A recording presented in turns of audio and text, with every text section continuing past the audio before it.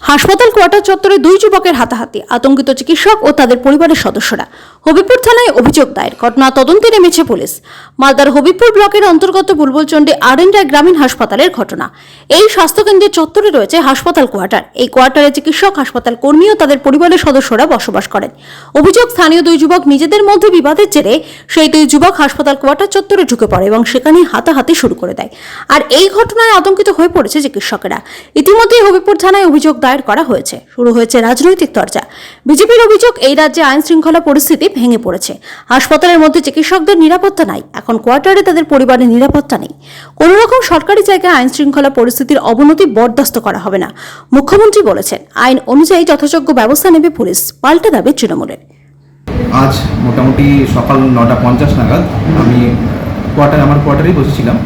তো হঠাৎ করে একটা চিৎকার চেঁচামেচি শুনতে পাই।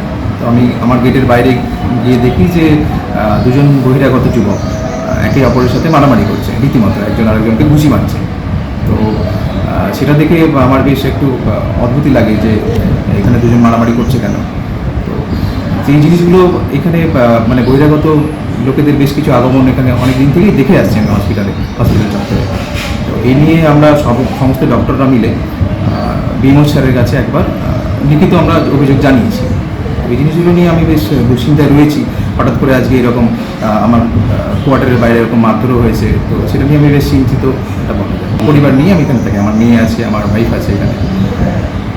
এখন আমি এখানে বিএমও স্যারকে ওনাকে একটা আমার কাছে সিসিটিভি ফুটেজ আছে, সেটা পাঠিয়েছি ওনাকে। উনি যেহেতু ঈদে আছেন, ওনাকে ব্যস্ত করিনি। আর আপাতত আর কাউকে সেভাবে জানানো হয়নি। তবে লিখিত আজকের বিষয়টা নয়, এই যে বহিরাগতদের আগমন ঘটছে প্রায়, এইটা নিয়ে আমরা সমস্ত ডক্টররা মিলে একবার জানিয়েছিলাম গত ডিসেম্বরে। সারা পশ্চিমবঙ্গ জুড়ে না সাধারণ মানুষের নিরাপত্তা আছে, না হাসপাতালে ডাক্তারদের নিরাপত্তা আছে, না হাসপাতাল কোয়ার্টারে ডাক্তার হসপিটালের স্টাফদের নিরাপত্তা আছে। বুলবুলি হাসপাতালে গতকাল যে ঘটনা ঘটেছে তাতে কিন্তু ডাক্তার স্টাফরা শঙ্কিত হয়ে আছে যে কোথাও নিরাপত্তা নেই। আজকে একজন চিকিৎসক যারা চিকিৎসা করার জন্য বুলবুলচন্ডী হাসপাতালে আছেন, সেখানে যদি বহিরাগতরা এসে মারামারি করে, তাদের উপরে চড়াও হয়, এটা খুব দুর্ভাগ্যজনক। এবং এর থেকে একটা পরিষ্কার যে সারা পশ্চিমবঙ্গে পুলিশ প্রশাসন একদম তলানিতে ঠেকেছে। এরা তৃণমূলের নেতৃত্ব বা যারা আছে তাদের চামচাবাজি করা ছাড়া, তাদেরকে সিকিউরিটি দেওয়া ছাড়া আর কোনো কাজ নেই। সাধারণ মানুষ সারা জেলা জুড়ে নিরাপত্তার অভাব বোধ করছে।